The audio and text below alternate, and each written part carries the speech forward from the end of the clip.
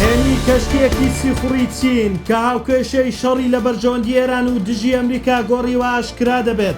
ئابووری عێراق تووشی گورزێکی گەورە دەبێت و مەترسی لەسەر ئایندەی موچەی فەرمانبەران هەیە. فەڕەنساش دێتە ناو شەڕ و دەڵێت بەهێز گەروی هورمز دەکەینەوە.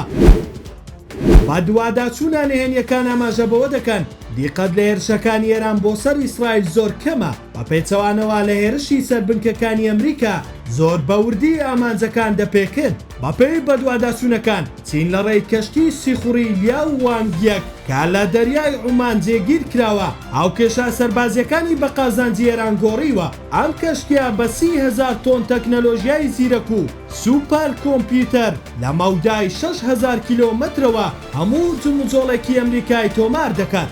لێرەوە چین زانیاری وردەداتە ئێران بۆ لێدانی بنکە ئەمریکیەکان، بەڵام زانیاریەکانی ئیسرائیل دەشارێتەوە چونکە ناوێت ململانێکە لە بازنەی واشنگتۆن بچێتە دەرەوە. ئامانجی سەرەکی پەکین تاقیکردنەوەی توانەکانیەتی لە جەنگێکی گریمانەیی بەرامبەر سوپایەکی خاوەنچەکی پێشکەوتوی وەک ئەمریکا. ئێستا ئەم کەشتیە پێشکەوتووە لە ژێر پاراستنی ڕاستەوخۆی چینە و ئەمریکا نازانێ هەر پێکدادانێک لەگەڵی دەبێتە پڕیشکی هەڵگیرسانی جەنگی جیهانی سێەم.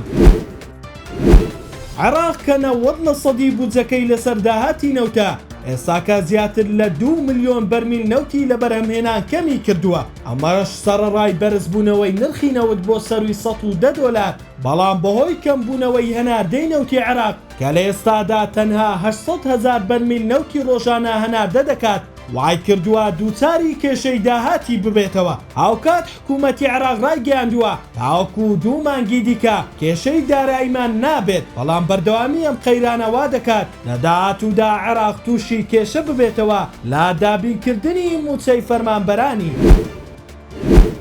دوای داخستنی گەروی هورمز لەلایەن ئێرانەوە بۆ یەکەم جار ئیمانوئێل ماکرۆن سەرۆکی فەڕەنسا هەڕەشەی لە ئێران کرد و ڕایگەیاند ئەگەر گەروی هورمز نەکەنەوە ئەوە بەهێزی سەربازی دەیکەینەوە. دوای دەستپێکردنی هێرشی ئیسرائیل و ئەمریکا بۆ سەر ئێران و داخستنی گەروی هورمز کە بە گەرویەکی ستراتیژی دادەنرێت لەلایەن ئێرانەوە نرخی نەوت بۆ سەروی $110 بەرز بووتەوە و چاوەڕێژ دەکرێت زیاتریش بەرز ببێتەوە.